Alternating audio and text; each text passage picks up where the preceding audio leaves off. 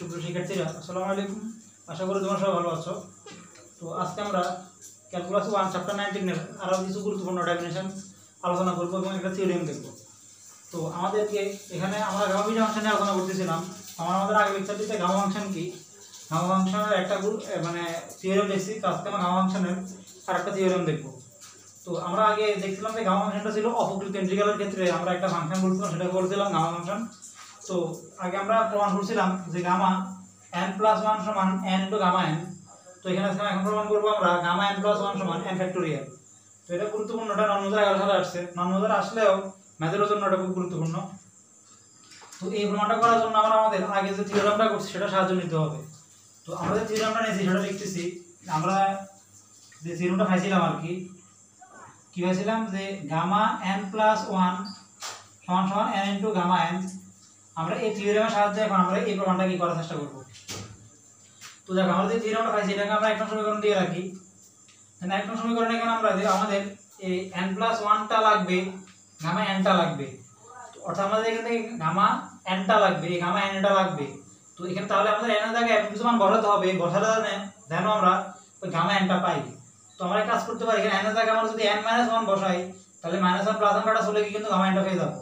তাহলে একটা কাজ করি, এখানে এই এক নং ইকুয়েশনে মানে n এর পরিবর্তে আমি n এর স্থলে n-1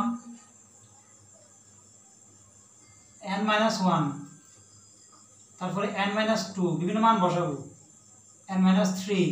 4 3 2 1 এবং কিছু মান কিভাবে বসাবো। বসিয়ে এখান থেকে এই প্রমাণটা উপরের প্রমাণটাকে আমরা এখানে আনবো। অর্থাৎ এখানে গামা ফাংশন থেকে দিচ্ছি ফ্যাক্টোরিয়াল আসতেছি আমরা, তাহলে এটাকে বলা হয় ফ্যাক্টোরিয়াল মানে থিওরেম বলা হয় আর কি। কারণ গামা ফাংশন থেকে কিভাবে ফ্যাক্টোরিয়াল ফাংশন আসলে ফ্যাক্টোরিয়াল আসা যায় সেটা মূলত আমরা ওই গামা যে আগে থিওরেমটা দেখছিলাম গামা n+1 সমান n * গামা n, তার মাধ্যমে কি আমরা ফ্যাক্টোরিয়াল আনার চেষ্টা করব। সেজন্য আমরা n এর জায়গায় আমরা n-1 n-2 n-3 কিছু .4 3 2 1 কিছু মান কি ধরে নিছি। তাহলে ধরি নাই, তাহলে আমরা এক নং যদি বসাই, এক নং ইমপ্লাইজ n এর জায়গায় যদি আমরা এখানে n+-1 বসাবো প্রথমে, তাহলে n-1 প্লাস হতে একটা আছে, n এর স্থলে আমরা n-1 বসাইছি, n-1 + 1 আছে, n এর জায়গায় বসাচ্ছি আমরা n-1, তাহলে n-1 * n গামা n, এই সূত্রের মতো আর কি, গামা n-1। আশা করি এটাও তোমরা এখানে এটা বুঝেছো। তাহলে এখান থেকে আমি -1 + 1 কাটা গেলে আমি আসলে গামা n এ পাই, গামা n সমান n-1 গামা n-1। তাহলে এখানে দেখতেছি আমাদের গামা n পেয়ে গেছি, গামা n পেয়ে গিয়ে n-1 * গামা n-1 পেয়েছি। আমাদের টার্গেট হলো কিন্তু এই গামা জিনিসটা থেকে ফ্যাক্টোরিয়াল ফাংশন নিয়ে আসা, ফ্যাক্টোরিয়ালে নিয়ে আসা। সেজন্য আমরা এই গামাগুলো বারবার সূত্র করে অবশ্যই মানে বাদ দিয়ে একটা পর্যায়ে আসি, আমরা এই গামাটা উঠে দিয়ে সরাসরি ফ্যাক্টোরিয়াল মান লিখতে পারবো। দেখতেছি আমরা এখানে যে মানটা বসাইলাম, বসানোর পর এখানে আবার কিন্তু গামা n-1 আসছে। তাহলে এখানে আমাদের আবার গামা n-1টাকে বাদ দিতে হবে। তাহলে এখান থেকে এখন আমরা আবার এই গামা n-1টা বের করব। তাহলে আবার গামা n-1 যদি বের করতে চাই, তো আমরা যে এক নম্বর লিখছি সেটা দিয়ে করতে পারবো। এক নম্বরে আমরা দেখলাম যে গামা n+1 সমান n * গামা n। তো এখানে বসে কি কাজগুলো করব আর কি বারবার। তো এখানে আবার আমরা এখানে n এর জায়গায় কত বসাবো, এখানে আমরা যে n-1 এই আবার n এর জায়গায় n-1 বসাবো। তাহলে কি পাই দেখো, n এর জায়গায় আমরা এখানে n-1 বসাই পরবর্তীতে। আচ্ছা আমরা লিখতেছি এখানে, তাহলে আমাদের লাগবে গামা n-1 সমান সমান,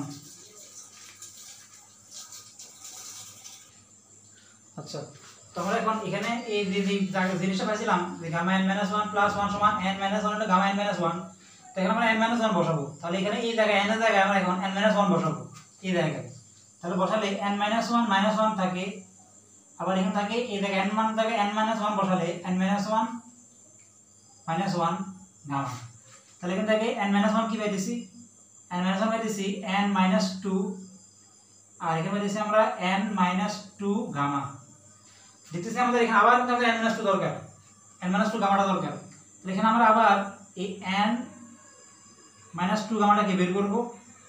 তাহলে আমাদের আবার এখানে এই জায়গায় আমাদের n এর জায়গায় n-2টা বসাতে হবে। তাহলে n-2 বসালে n-2 - 1, এখানে n-2 বসাতে হবে n-2 - 1 গামা। তাহলে এখানে আমরা আসলে গামা n-2টা মান পাইছি আবার নতুন করে n-3, আর এখানে n-3 গামা। এভাবে আমরা বসাতে থাকবো, যত বসাবো তত কিন্তু এভাবে কি ফ্যাক্টোরিয়াল মানে গামা মানটা আসবে। তবে বসাতে আমরা এখন এক পর্যায়ে যখন আসবো তখন আমরা এখানে থেকে 4 3 বসাবো আর কি। যদি 4 বসাই তাহলে গামা 4 তখন কি হবে 3 × 3 গামা, এই জিনিসটা 3 × 3 গামা, মানে এই সূত্রটা দেখো 4 - 1 তাহলে কত 3 গামা 3 গামা মানগুলো তখন বসাবো আর কি। গামা 3 যদি বসাই তাহলে 2 × গামা 2 পাবো, গামা 2 যদি বসাই তাহলে 1 × গামা 1 পাবো। আশা করি এটা তোমরা বুঝছো। অর্থাৎ আমরা এই উপপাদ্যটা থেকে যে এই উপপাদ্যটা আমরা প্রমাণ করব, অর্থাৎ গামা ফাংশন থেকে যখন আমরা ফ্যাক্টরিয়াল আসবো তখন আমাদেরকে আগে যে থিওরেমটা করে সেটা সাহায্য নিতে হবে। তো সেজন্য সেটা লিখলাম gamma n + 1 = n × gamma n। তো এখানে আমাদের n এর জায়গায় শুধু আমরা কিছু মান ধরবো, যে n - 1 n - 2 n - 3 4 3 2 এর মান ধরবো। তো এগুলো আমরা বারবার পর্যায়ক্রমে বসাই মানে এখানে এই গামা ফাংশনটাকে দূর করব, মানে ফ্যাক্টরিয়াল মানটা আনবো। সেজন্য আমরা এখানে n এর জায়গায় একবার n - 1 বসালাম এক নং এ, বসে এই জিনিসটা পাইছি। দেখলাম এখানে আবার গামা n - 1টা আসতেছে, তো এটাও বের করতে হবে। সেজন্য এখানে আমরা গামা n - 1টা রেখে দিয়ে আবার একই জায়গায় n এর জায়গায় n - 1 বসাই দেখলাম যে এখানে আবার n - 2 আসতেছে। ওই একই জায়গায় n এর জায়গায় আমরা আবার যদি n - 2টা বসাই তাহলে তো আবার n - 3 আসতেছে। তাহলে বুঝা গেল এভাবে চলবে। আস্তে আস্তে আস্তে আস্তে আমরা যদি শেষ পর্যন্ত এই 4 3 2 এর মানগুলো বা বসাই জিনিসগুলা, তাহলে কিন্তু এই জিনিসগুলো যেভাবে আসছিল এই সংখ্যাগুলো ডান দিকে ঠিক এভাবে ফাংশন হবে, কি এগুলা এভাবে কি আসবে। আশা করি এটা বুঝছো। আচ্ছা, তাহলে এখন আমরা যে মানগুলো পাইছি এই মানগুলো এখন আমরা এক নঙ্গে বসাবো। এই এক নঙ্গে যে জায়গাগুলো থেকে আমরা বসাবো, তাহলে এখন এখানে লিখবো আমরা এখানে যে এক নং ইমপ্লাইজ, তাহলে এক নং এখানে আছে যে n + 1 gamma n + 1 equal to n * gamma n, n * gamma n, gamma n তো বের করছি মাত্র n - 1 * n - 1 * gamma n - 1, gamma n - 1। আবার দেখতেছি এখানে আমাদের গামা n - 1 লাগতেছে, এই মানটা তো বের করছি এখানে, তাহলে এই জায়গায় মানটা এখানে আবার বসাবো n + 1 gamma equal n * n - 1, আবার গামা n - 1 এখানে বের করছি n - 2 * গামা n - 2, তাহলে n - 2 গামা n - 2। তাহলে দেখতেছি এখানে আমাদের আবার n - 2টা আসতেছে, আবার কিন্তু আমরা n - 2টা বের করছি এখানে, এই n - 2 n - 3 * গামা n - 3। সেজন্য গামা n - 2 করতে আবার এখানে মানটা বসাবো n + 1 gamma n * n - 1 n - 2, এটা পরিবর্তে n - 3 গামা n - 3। তো এখানে বসাতে এভাবে বসাই ডট ডট, এভাবে যখন বসাবো শেষ পর্যন্ত কি বসাবো এই গামা 4 গামা 3 গামা 2 পরিবর্তে কি এই মানগুলো বসাতে পারবো 3 2 মানে 3 2 1 এ বসাতে পারবো। এবার যখন বসাবো তখন শেষ পর্যন্ত কি আসবে 3 2 এই 3 2 1 আর গামা কি 1, এই মানগুলো কিভাবে আসবে আর কি। তাহলে এখান থেকে এই gamma n + 1 equal n * n - 1 n - 2 n - 3, gamma তো উঠে যাবে এখান থেকে n - 3। আচ্ছা, এই 3 2 1 গামা 1 এই ডট ডট ডট 3 2 1 গামা 1 - 1।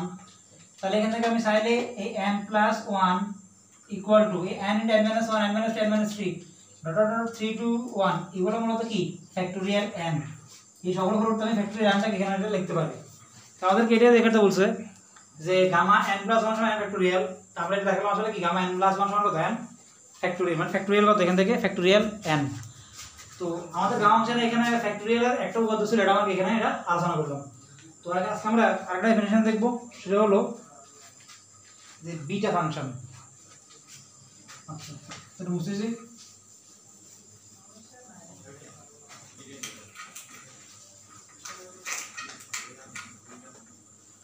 তো আমরা গামা ফাংশনের ডেফিনিশন দেখছিলাম, তো এখন বিটা ফাংশন দেখব। তো beta function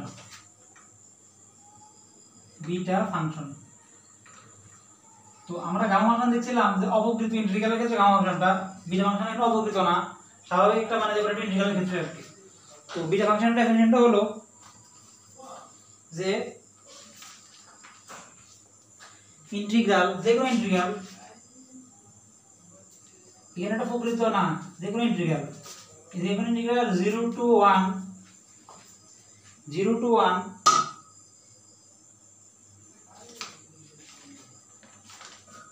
x to the power n minus 1 x to the power n minus 1 1 minus x to the power n minus 1 dx এর ফাংশনটাকে বলা হয় বিটা ফাংশন। অর্থাৎ integration 0 to 1 x to the power n minus 1 into 1 minus x to the power n minus 1 dx এই ফাংশনটাকে বলা হয় beta function, যেখানে m এবং n greater than 0 শর্তে কে বিটা ফাংশন বলে। বিটা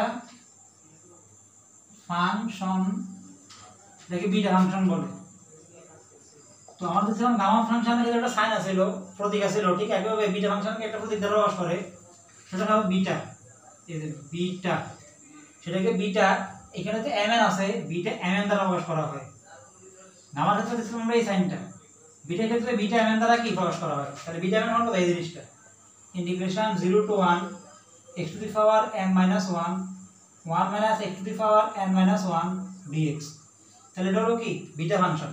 তো বিটা ফাংশনের ক্ষেত্রে কিন্তু একটা মানে এটা কিন্তু অবিভাজ্য ইন্টিগ্রাল না, যে কোনো ইন্টিগ্রাল, যেমন 0 to 1 মানে যে কোনো ইন্টিগ্রাল মানে শুধু 0 to 1 পর্যন্ত, এতটুকু লিমিটের ভিতরে আর কি ফিক্সড। এটা 0 to 1 x to the power m minus 1 1 minus x to the power n minus 1 dx, এই ইন্টিগ্রালটাকে বলা হয় মানে মানে এই ধরনের ইন্টিগ্রাল ফাংশনটাকে বলা হয় কি বিটা ফাংশন। আচ্ছা, তো এই বিটা ফাংশনের ক্ষেত্রেও কিছু বৈশিষ্ট্য আছে, যে বিটা ফাংশনের কি কি বৈশিষ্ট্যগুলো আছে সেটা দেখব। প্রথম বৈশিষ্ট্য দেখতেছি আমরা, এই বিটা ফাংশনটা হলো মূলত বিটা mn ফাংশনটা হলো মূলত মানে বিটা ফাংশনটা হলো মূলত দুই চলকের ফাংশন। দেখতেছি এখানে m আছে n আছে, তাহলে বিটা এই ফাংশনটা হলো মূলত দুই চলকের ফাংশন। তো দেখতে পাচ্ছি এখানে আমরা বিটা m, n হলো দুই চলকের ফাংশন। এই দুই চলকটা কি দুই চলক ফাংশন মানে কি, আসলে m, n চলকের ফাংশন, m, n চলকের ফাংশন। দ্বিতীয়ত দেখতেছি এখানে যেখানে x টা আছে, x কি, x কে বলা হয় ডামি চলক। আগে ক্ষেত্রে ডামি চলক ছিল, এখানে x টাকে বলা ডামি চলক। x হলো ডামি চলক, x হলো ডামি চলক। ডামি চলক মানে কি, এখানে তো x আছে, x এর পরিবর্তে আমি যে কোনো চলক ইউজ করতে পারবো। x এর জায়গায় আমি যদি কোনো চলক ইউজ করি, এই ইন্টিগ্রালের মান কোনো পরিবর্তন ঘটবে না, সেজন্য এখানে x হলো কি ডামি চলক।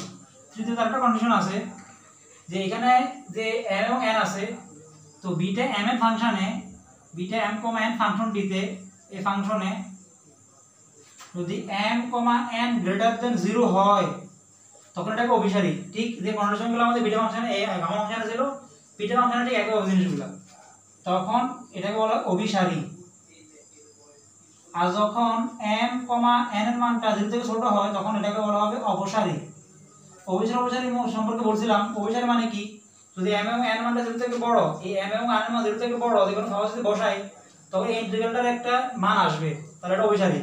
আর m n এর মান যদি 0 থেকে ছোট, যদি এখানে m n এর আগে 0 থেকে ছোট মানগুলো বসাই তবে এটা কোনো স্পেসিফিক মান আসবে না, তবে এটা অপসারী। তাহলে আমরা বিটা m ফাংশন থেকে মূলত এই তিনটি শর্ত বুঝতে পারি। তো এটা হলো বিটা ফাংশন। তাহলে বিটা ফাংশন হলো যে একটা নির্দিষ্ট একটা integral 0 to 1 x to the power m minus 1 1 minus x to the power n minus 1 dx, এই ফাংশনটাকে বলা হয় বিটা ফাংশন। এবং এটা ক্ষেত্রে লিমিট 0 to 1 এটা কিন্তু নির্দিষ্ট, অর্থাৎ এখানে অবকৃত না, এটা প্রকৃত আর কি। তো অবকৃত দেখছিলাম বিটা ফাংশন, গামা ফাংশন মানে গামা ফাংশনটা ছিল একটা অবকৃত ইন্টিগ্রালের ক্ষেত্রে, যে 0 to ইনফিনিটি পর্যন্ত, আর বিটা ফাংশনটা হলো 0 to 1 পর্যন্ত একটা ইন্টিগ্রালের ক্ষেত্রে। তো আশা করি আজকে তোমরা এই গামা ফাংশনের একটা মানে থিওরিয়াম আর বিটা ফাংশন জিনিসটা কি বুঝেছো। আমাদের পরের লেকচার থেকে এই বিটা ফাংশন নিয়ে অনেকগুলো মানে থিওরিয়াম আছে, গামা বিটা ফাংশনের সম্পর্ক আছে, সেগুলোকে আলোচনা করার চেষ্টা করবো। আজকে পর্যন্ত ভালো থাকো, আসসালামু আলাইকুম।